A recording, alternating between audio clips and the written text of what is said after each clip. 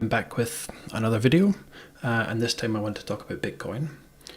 Probably also cryptocurrencies in general, but mostly about Bitcoin, my experience with it, and kind of how I've seen things change over the years. I'm not really going to be talking about the technology. I think people cover the technology in many other good videos and blogs. So I want to chat a little bit about the social side of Bitcoin, which may sound a little bit boring, but hopefully it's not. I want to try to capture some of the zeitgeist that has been underpinning Bitcoin and I guess the Western world as a whole. And that's something that I'm going to be touching upon in this video.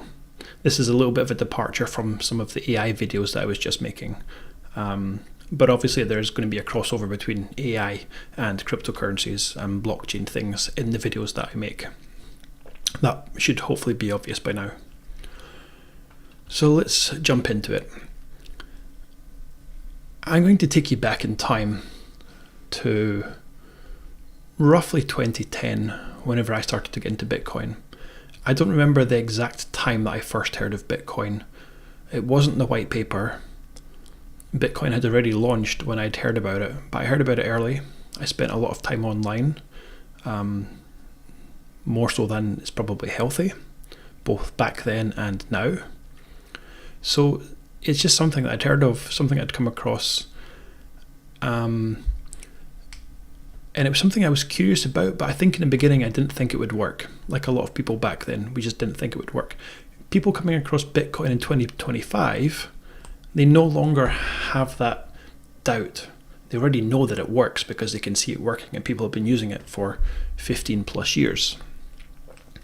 So it's worth remembering that when it launched, this is obviously just after the global financial crisis had hit, we were kind of in the depths of it, and even sort of 2010, 2011, 2012, we were still coming out of it, and it was still a tough time to be living, to be looking for a job, trying to start a career or move career. It was a tough time, and I think a lot of people who are of my age, who are say mid-late 30s, early 40s, they will remember this and how hard it was to get a job. In fact, even people who are older, they'll remember how it was. If you didn't have a job and you wanted to look for a job, or if you were switching jobs, then it was a tough time across probably the entire world. Certainly, at least in the West, I'm sure that's true. It's at least that's what I've seen. So my earliest memory for sure was being in a cafe in Glasgow, talking to a friend, and he'd asked me if I'd heard of Bitcoin. I had. I didn't really understand it very well. And I said to him, "Oh yeah, I've heard of it. I'm not sure if that's going to work." And he said, "Oh yeah, my flatmate, he's been mining it, and he's really getting into it, and he thinks it's going to work." And obviously that guy was right. I don't know if he ever kept any. I know of this guy, but it's not something that I knew well. It's also funny, worth thinking back to the times, or back to that time. There was articles about Bitcoin in Forbes magazine pretty early. Even in the Financial Times, I remember some articles about Bitcoin being quite early. They were always negative in the Financial Times. I think for almost the entire journey, it was only recently that they changed their mind and thought, oh, maybe we could be wrong about this. And I understand where some of the criticism comes from, but not all of the criticism was good criticism. Forbes was not critical. It was, I think, it's almost like a paid blog, and there was people who were praising it back in those early days. Bitcoin obviously had a bit of a shady vibe. The people who were using it were eccentric, and I would even say, misfits. And the uses for Bitcoin were obviously seen as shady, such as doing nefarious things on the dark web. And so it's understandable that people didn't trust Bitcoin or wouldn't want to trust Bitcoin. But for me, it was still appealing, which I'm going to cover in the next slide. But I can see why it wasn't sort of seen as legitimate money. Now, the funny thing is that where I lived, in the UK, in Scotland, talking about money was taboo. So it doesn't matter if Bitcoin was legit or not. You could look at the stock market. The stock market is legit, but it's just something that people almost don't talk about in Scotland. It's just not seen as something that people like to talk about. With things like wealth and money are almost forbidden. Not exactly, but it's certainly the vibe within Scotland is quite left-leaning, and so there tends to be a negativity associated with money. Something kind of towards it being bad or negative in life. But anyway, that's where it was, and so I never spoke to anyone about Bitcoin for the longest time. It was only ever maybe people online, but not even that much. Some gamers online, of course, never offline, almost no one offline, because it was difficult to find people who were also eccentric or strange, shall we say. And I also wanted to just say this last, part of the slide here is just, we didn't really call it blockchain back then. It was just crypto. Cryptographers didn't like the fact that we were calling it crypto. That was wrong, but that's what we called it. So crypto was the kind of the original name that we gave it, rather than blockchain. So I've seen some people trying to claim that people are now trying to change blockchain into crypto or something, but crypto came first as a term that we used. Obviously, there's not any financial advice in here. This is me giving my perspective of how things are. Obviously, I hold some Bitcoin. Whether it's right for you is kind of for you to decide. Anyhow, so why was it appealing? And I think a part of it's got to be that something innate in the people who were finding it appealing. There was something about Bitcoin which just naturally appealed to those people for a number of reasons. Not only because of the situation that we found ourselves in with the global financial crisis, where we had something, a broken banking system, government excesses. This light has just killed on me. Apologies. And broken banking system, central banks that we didn't trust, governments that we didn't trust, government excess levels of government debt. And so Bitcoin came along as something that was different, something that was independent of banks, of central banks, of governments. And therefore it had this allure of freedom. It was not fiat money, and we couldn't trust fiat because of the way that fiat has been debased.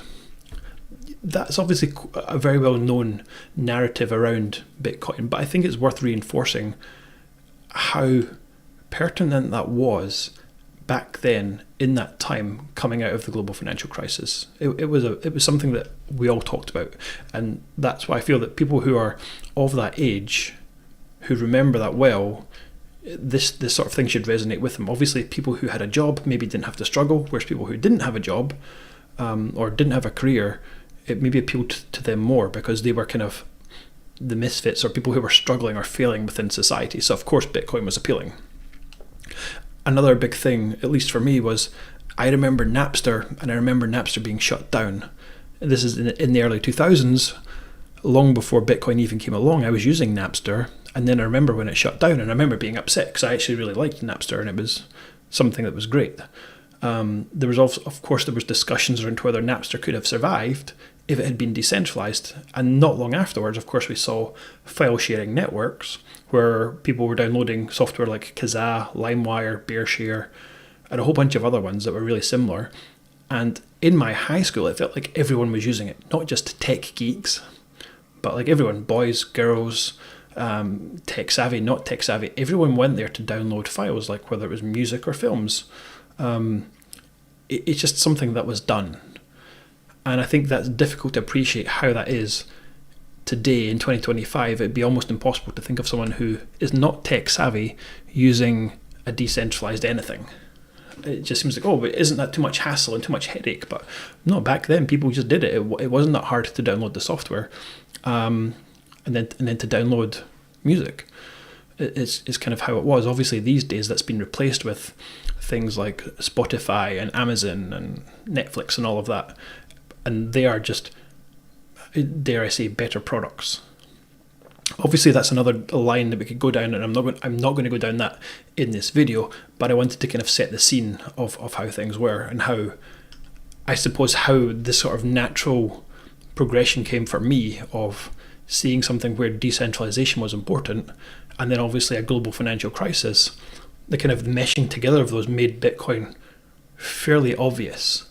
That's not to say that I knew that it was going to work, because I didn't, but there was at least some sort of hook, there was an appeal that kept me engaged.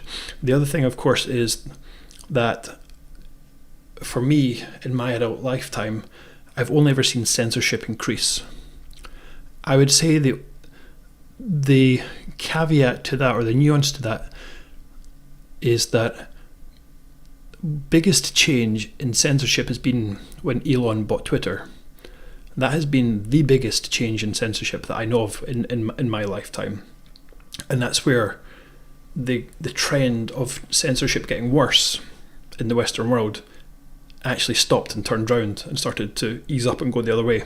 However, of course, now that I'm recording this in 2025, we're starting to see more censorship laws come out, and that is obviously pushing things into the wrong direction, into a negative direction, and it almost reinforces the case even stronger for something like Bitcoin, for these decentralized networks. So that's obviously a bit of a strange feeling, that where we thought the zeitgeist was changing and that censorship might be starting to relax, but then it seems like it probably isn't. It's a strange feeling. Let me say that. So these early days that I've mentioned, we were, quite idealistic back then about what Bitcoin was.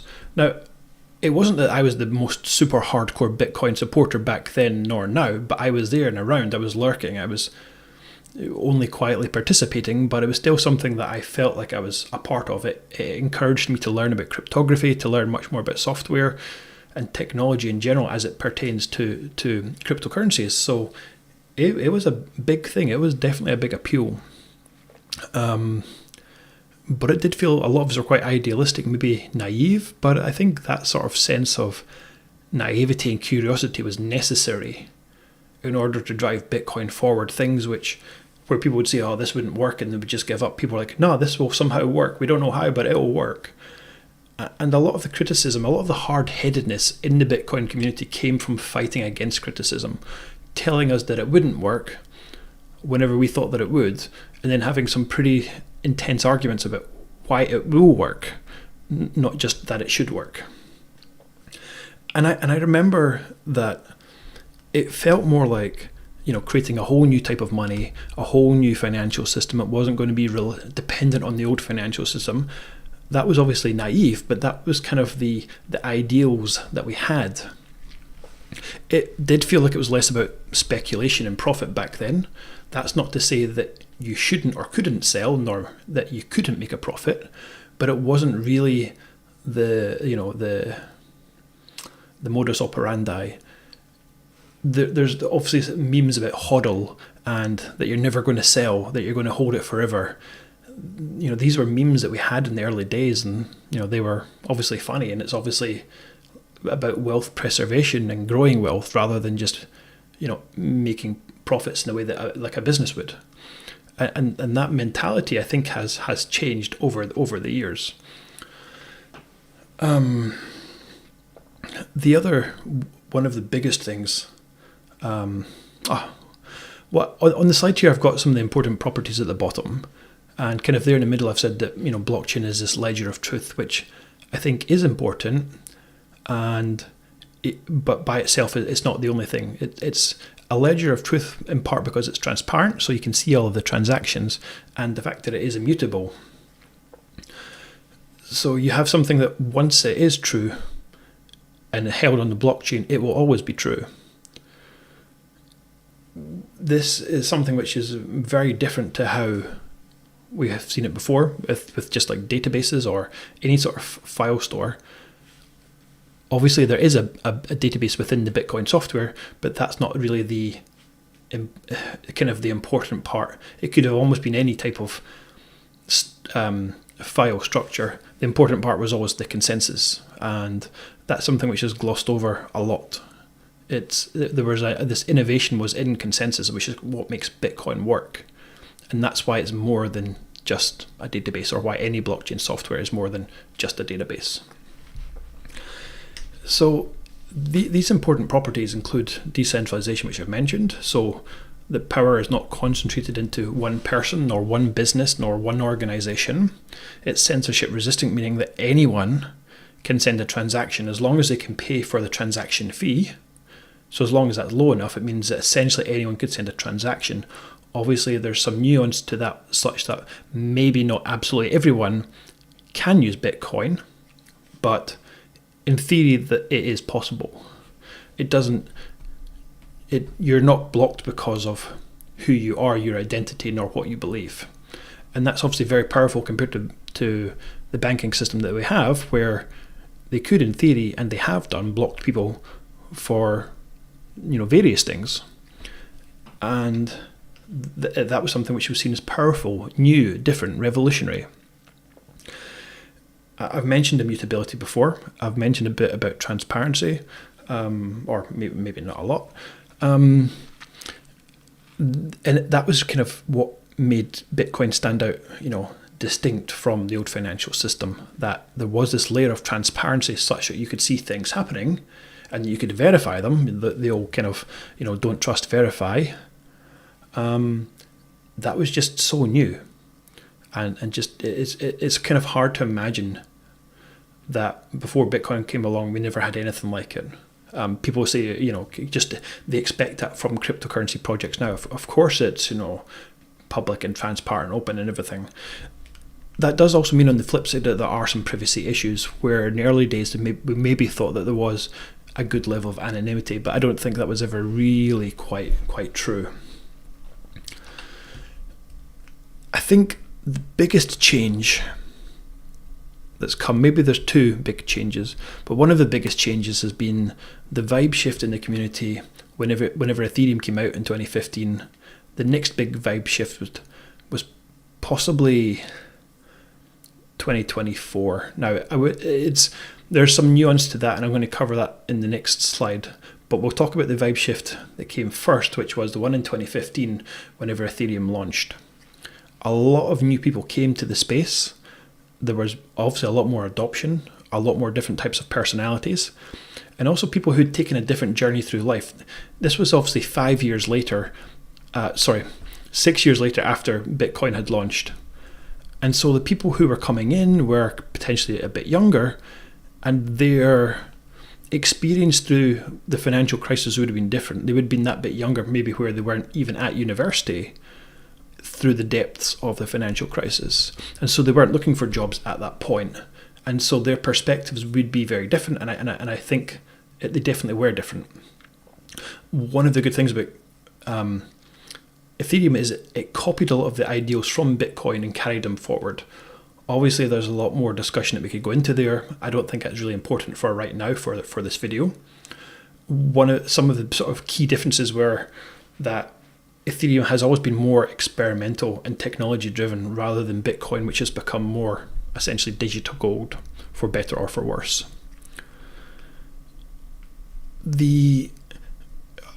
So obviously this craze of ICOs, which did bring a much wider audience, that I've said that Ethereum did bring a wider audience, partly by its nature and being more appealing perhaps just to developers who are not interested in money. The ICO craze showed a way to monetize open source software, and it also showed how to make money quickly, which has been both for better and for worse. These were barriers to entry that in the old sort of traditional world maybe would have stopped people from trying out crazy ideas, because there wouldn't be a way to fund it, sometimes for better and sometimes for worse. But we have this where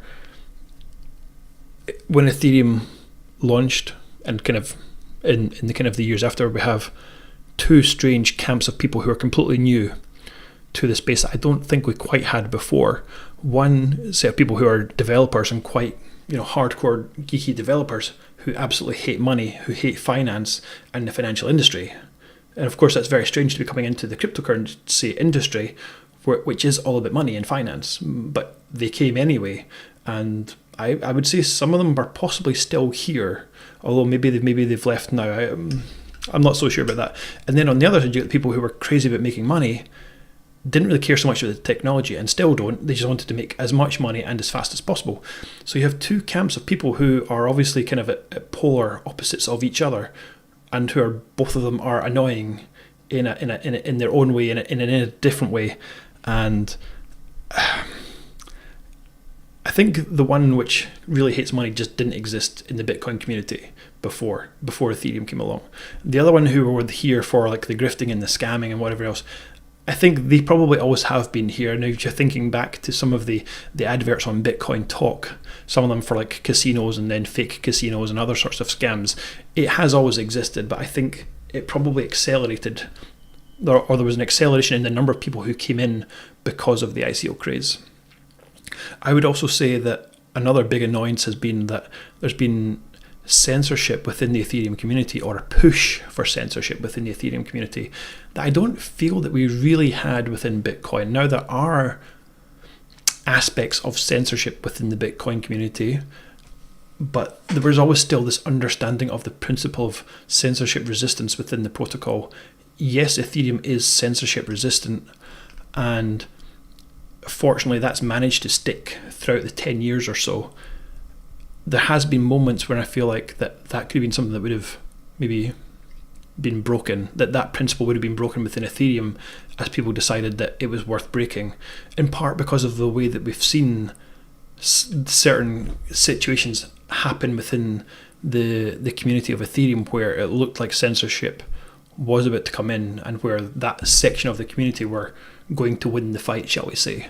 I don't want to say too much on that because it's actually a really frustrating part, and censorship and censorship resistance, I should say, was such an important principle for Bitcoin that I really can't underscore that. Mostly, I suppose, because I'm coming from the aspect that censorship in my adult life had always been growing and always been getting worse from my perspective. Maybe not everyone would necessarily agree with that, but that's how I've seen it, and I think a lot of other people who were in the space around Bitcoin also saw that, and that's why Bitcoin was appealing in the first place, and why cryptocurrencies in general were appealing. So for Ethereum to break from that would, of course, be annoying. Now, of course, you get Bitcoin maxis who don't care about Ethereum at all and would want to see it fail, but that's not me. I actually want to see Ethereum succeed, but that doesn't mean that I want to see it succeed at all costs, because I don't think that makes sense. One thing that's been reassuring or has been good is I think Vitalik on the main has pushed things in the right direction. He's made mistakes, as everyone makes mistakes, and I think that's where we should never see him as a messiah, even though some people kind of maybe joke about it and kind of push it, and they push it a bit too much. But he's, just any other human who has made mistakes and will make mistakes. But I think he understood the principles of Bitcoin. He was there early. He was writing for the Bitcoin magazine. And I think he instilled a lot of those principles into Ethereum whenever it was created. You have to appreciate that it could have been someone else who started Ethereum and not Vitalik, and someone who hadn't been there in the early days of Bitcoin and who did not understand the principles like he did. It could have been someone else who didn't care about that. And that means that Ethereum would have been a lot worse. And I think Ethereum would not have been as successful as it is had it not been for Vitalik trying to keep a lot of those ideals and principles.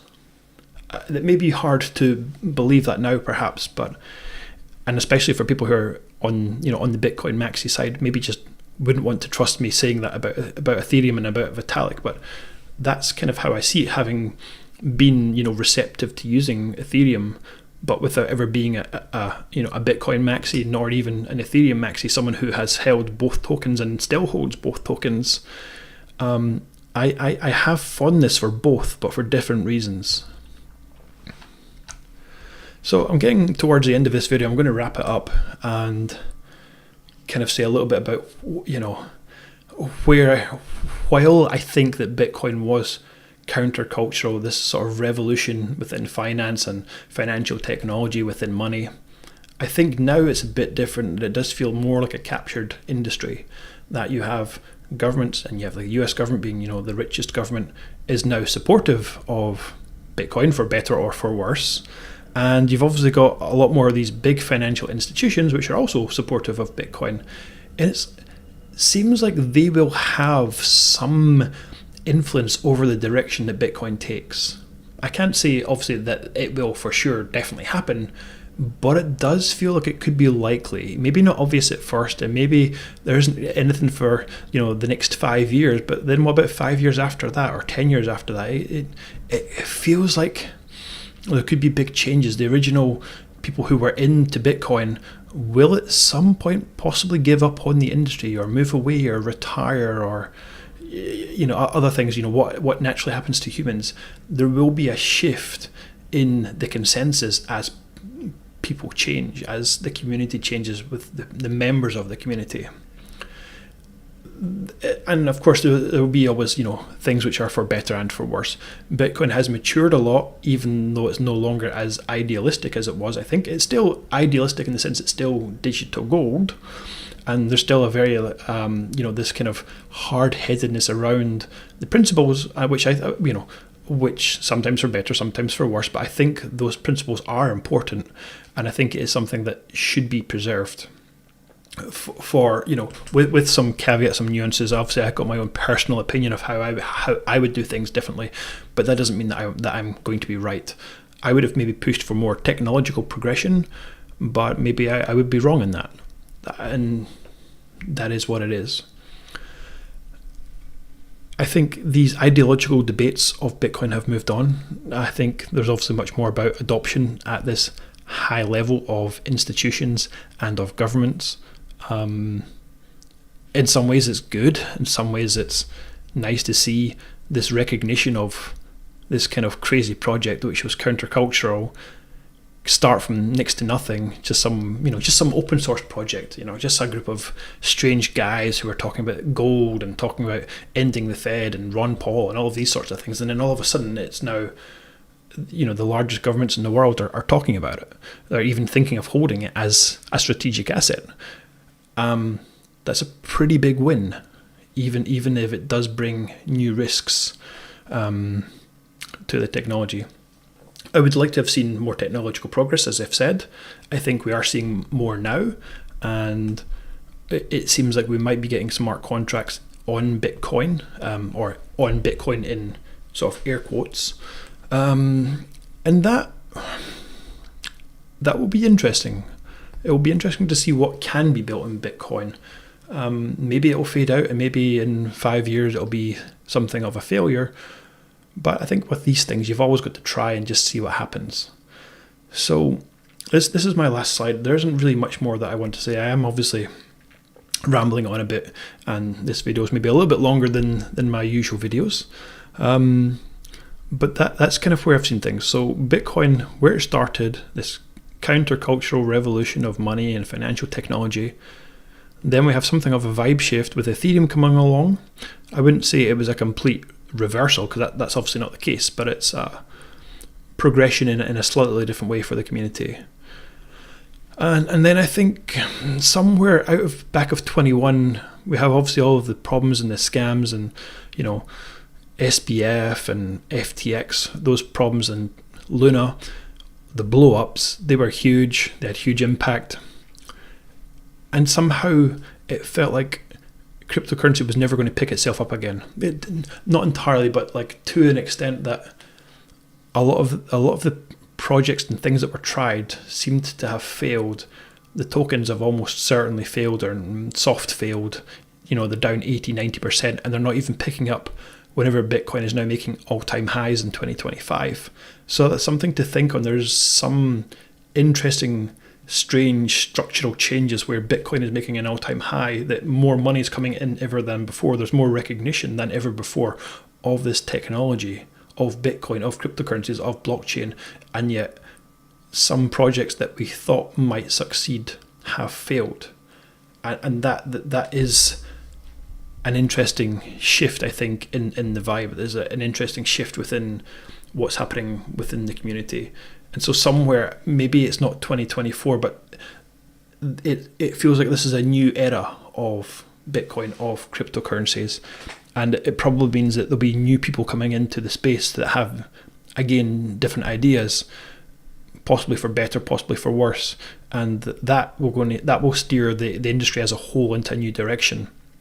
And that's beyond that. I couldn't tell you when the next one will be, but it feels like that these are, this is a big change, and something of an important change. I think it's something that we worth understanding. Obviously, I will end with saying that it's not financial advice. I hold the tokens that I mentioned. They are good for me. They may not be good for you. I couldn't promise you that I haven't sold them by the time that you've watched this video. So always just keep that in mind and do whatever you think is best for you. Thanks very much.